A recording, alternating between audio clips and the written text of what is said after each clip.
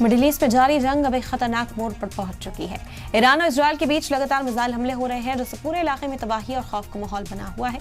इस बीच खबर यह भी आ रही है कि रूस के सदर ईरान के सुप्रीम लीडर मुज्तबा खामनेई से मुलाकात कर सकते हैं, जो इस जंग में अहम किरदार अदा कर सकता है। दूसरी तरफ भारत के लिए राहत की बात यह है कि ईरान ने भारतीय एलपीजी टैंकरों को हॉर्मुज स्ट्रेट से गुजरने की इजाजत दे दी, जिससे एनर्जी सप्लाई फिलहाल महफूज बनी हुई है।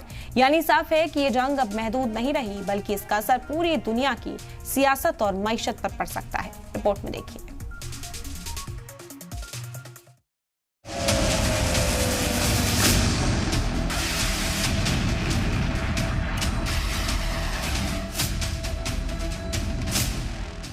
मिडिल ईस्ट में जारी शदीद जंग और खौफनाक होती जा रही है और हालात हर गुजरते दिन के साथ और ज्यादा संगीन हो रहे हैं।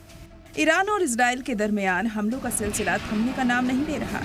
दोनों मुल्क दिन रात एक दूसरे पर मिसाइल और ड्रोन हमले कर रहे हैं, जिसकी वजह से इलाके में खौफ और तबाही का मंजर दिखाई दे रहा है। इजराइल के शहर तेल अवीव में बार बार सायरन बज रहे हैं और हर सायरन के साथ लोग बंकरों की तरफ भागते नजर आते हैं, जबकि आसमान में मिसाइलों की आमदोरफ्त जारी है।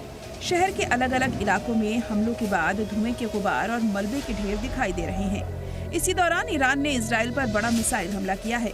ईरान की तरफ से बैलिस्टिक मिसाइलों के जरिए कई अहम ठिकानों को निशाना बनाया गया। ईरानी कमांडर मजीद मुसावी के मुताबिक इस हमले में करीब 30 भारी मिसाइलें दागी गईं, जिनका मकसद इजराइल के एरोस्पेस मॉनिटरिंग सिस्टम को तबाह करना था।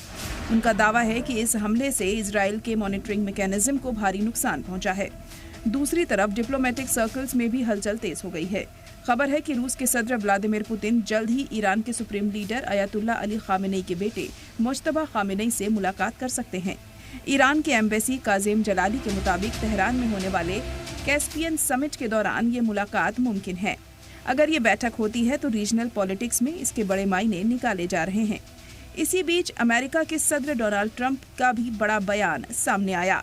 ट्रंप ने दावा किया है कि अमेरिका ने ईरान के नेवी को भारी नुकसान पहुंचाया है और उसकी एयरफोर्स को भी तबाह कर दिया है। We wiped out their navy, we wiped out their air force, we wiped out everything there is to wipe out. We wiped out their leadership twice. The second time they were meeting to pick which one of them would be the leader, they got wiped out. Now they're looking for a third time. I don't know. People say the sun, but nobody knows where the sun is.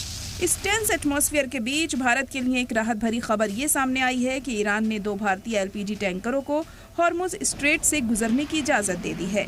Bharat में Iran के सफीर मोहम्मद फतहाली ने कहा है कि मौजूद हालात में दोनों ममालिक को एक दूसरे की मदद करनी चाहिए।